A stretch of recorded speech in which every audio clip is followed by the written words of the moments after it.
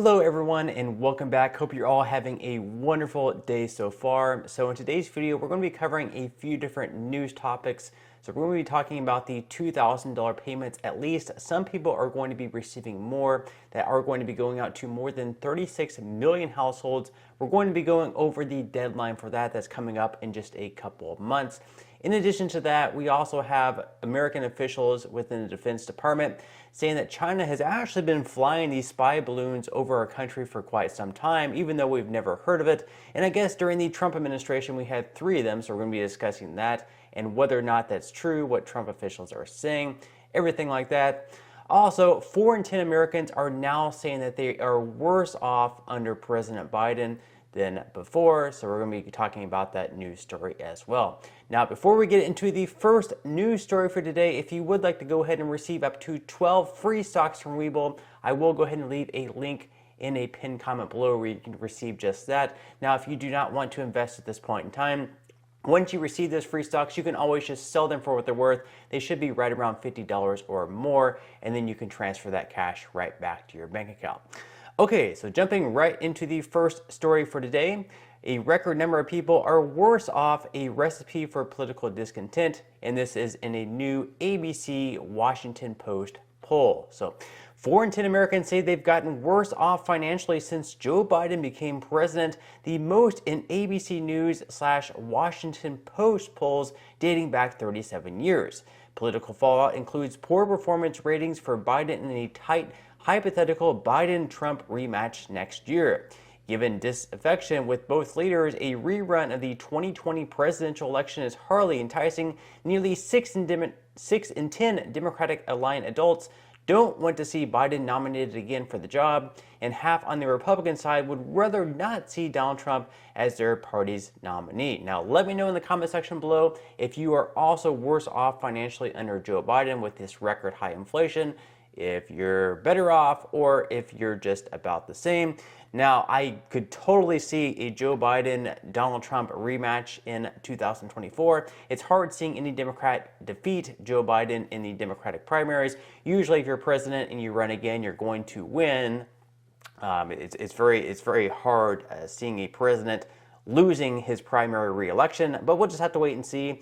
And of course, as far as Donald Trump goes, again, it's hard seeing him get beat by anyone, even someone like Ron DeSantis. The big hit on Biden is the economy, with inflation moderating but still high. 41% say they're not as well off financially as they were when Biden took office, the most in nearly 3 dozen ABC/Post polls to ask the question since 1986, when Ronald Reagan, who popularized the better off phrase, held office. Just 16% of this poll, produced for ABC by Linger Research Associates, say they are better off. By contrast, nearly 2 years into Trump's presidency, far fewer, 13% say they'd gotten worse off. More, 25%, were in better shape financially. So people, at least financially speaking, were better off during the Trump presidency, at least according to this poll. Now we have people in Biden's administration, of course, trying to deflect the blame. And they're trying to say why Biden's approval numbers aren't better. So here is Pete Buttigieg at least giving his excuse why President Biden isn't a more popular president. Watch. He's got a lot of things to tell. Why do you think that it has not penetrated the American public? Well, these things don't sell themselves, and it's one of the reasons I'm really looking forward to that State of the Union address. I will say that there have been so many accomplishments under this administration, it can be difficult to list them in a distilled way. Okay, so apparently there have just been so many accomplishments under the Biden administration that it's just very difficult to list them in a distilled way. Let me know what you think about that in the comment section below. What accomplishments do you think that Biden has had that has at least impacted your life? Now, of course, we also had that State of the Union speech that's coming up tomorrow on Tuesday, so I'm sure we're all going to be looking forward to that. So here we have President Biden is heading to the U.S. Capitol on Tuesday evening to deliver his State of the Union address for 2023, but his message and his performance will be closely watched for what they say about 2024 and what's expected to be his second presidential race. So we'll have to wait and see whether or not he kind of alludes to whether or not he's going to decide to run once again. I believe that he will, and he's kind of hinted that if Trump is the nominee within the Republican Party, that will give him the motivation. Apparently, he's very, very motivated by Donald Trump. He has this competitive urge to beat Trump. So if it is Trump, I could definitely see him running again. Who knows? He's wanted to be president for the 40 years that he was in Congress, and he's finally president, so it's hard seeing him give it up now. Okay, so now moving into some other news, we do have a deadline for $2,000 payments at least that are going to be going out to people with dependents, with children. So this article right here from Kiplinger, we have child tax credit changes and FAQs for your 2022 tax return. Of course, back in 2021, people with children were receiving monthly payments between $250 to $300. Now that's going to be scaled down. It's $2,000 per year. They're not going to be on a monthly basis, but you can claim them on your tax returns. So we're going to go ahead and get into the details of that. So all of the 2021 expansions are gone, like I just mentioned, with the rules reverting back to those that were in place for filing 2020 returns. Now for 2022, the child tax credit is $2,000 per kid under the age of 17 claimed as a dependent on your return. The child has to be related to you and generally live with you for at least 6 months during the year. They also must be a U.S. citizen, national or resident alien of the United States, and have a social security number. You have to put the child's name, date of birth, and social security number on your tax return too. The credit begins to phase out if your 2022 modified adjusted gross income exceeds $400,000 on a joint return or $200,000 on a single or head of household return. Once you reach the $400,000 or $200,000 modified AGI threshold, the credit amount is reduced by $50 for each $1,000 of AGI over the applicable threshold amount.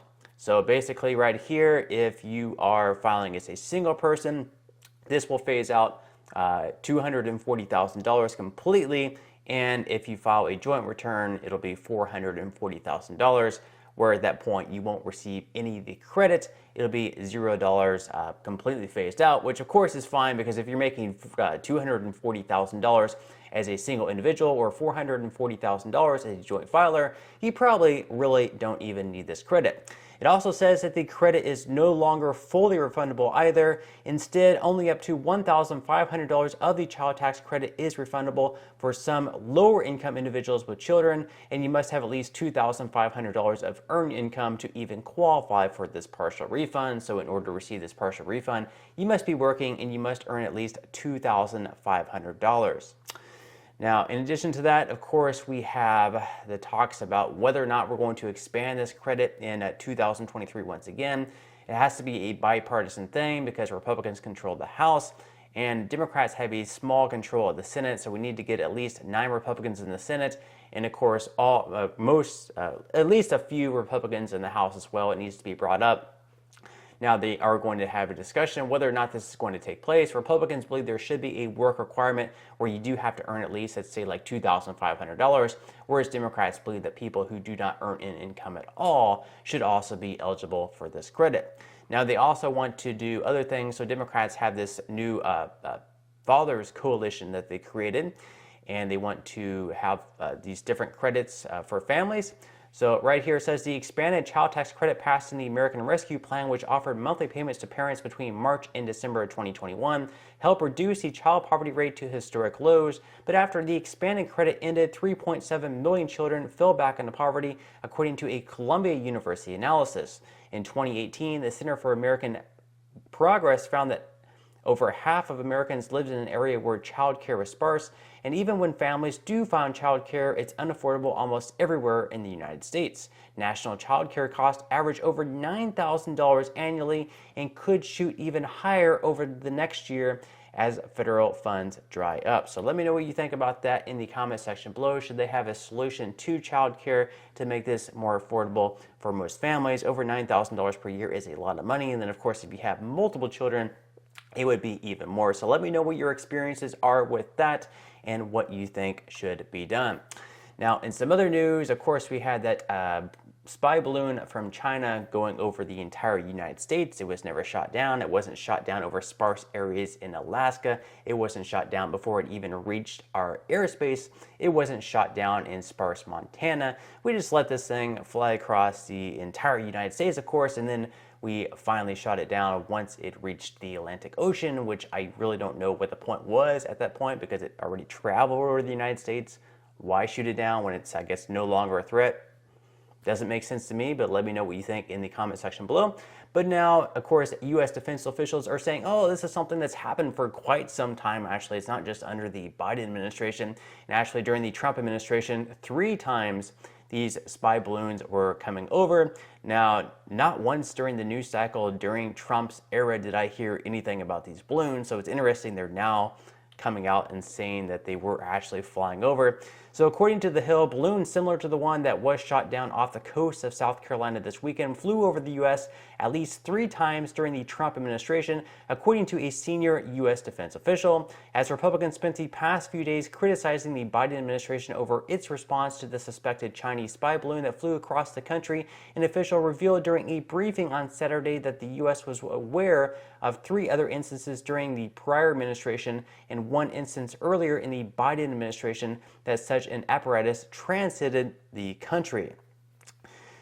PRC, the People's Republic of China government surveillance balloons transited the continental United States briefly at least 3 times during the prior administration, and once that we know of at the beginning of this administration, but never for this duration of time, said a senior defense official. We spoke directly with Chinese officials through multiple channels, but rather than address their intrusion into our airspace, the PRC put out an explanation that lacked any credibility. And of course, Trump denied the revelation by defense officials that Chinese balloons flew over the U.S. during his administration, calling it disinformation. Now, I have to say once again, why was this not leaked to the news, or was this just never brought out because no one actually saw it? It's interesting to me. I feel like they would have probably touched base on that and slammed Trump for not shooting down the balloon if it actually happened during his administration.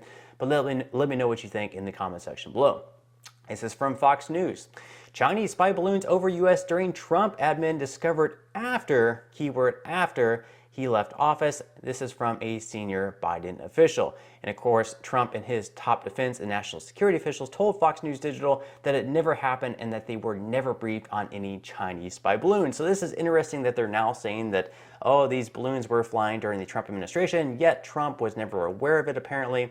And also his top defense and national security officials also apparently were never alerted about it and didn't know about it either. So I really don't know what's going on here. Information suggesting the Chinese spy balloons traveled over the continental United States during the Trump administration was discovered after former President Donald Trump left office, a senior administration official told Fox News. A defense official on Saturday said Chinese spy balloons briefly traveled over the United States at least 3 times during the Trump administration. Trump and a number of his top national security and defense officials refuted the claim, telling Fox News Digital that it never happened. So interesting stuff there. I don't know why they're coming about it now, maybe to make Biden look less bad about this whole thing. Who knows? Let me know what your thoughts are on that in the comment section below. But that's all the news that I have for today's video. If you enjoyed the content in today's video and you would like to see more like it, make sure to give this video a like. I would greatly appreciate it. And I will see you in the next video.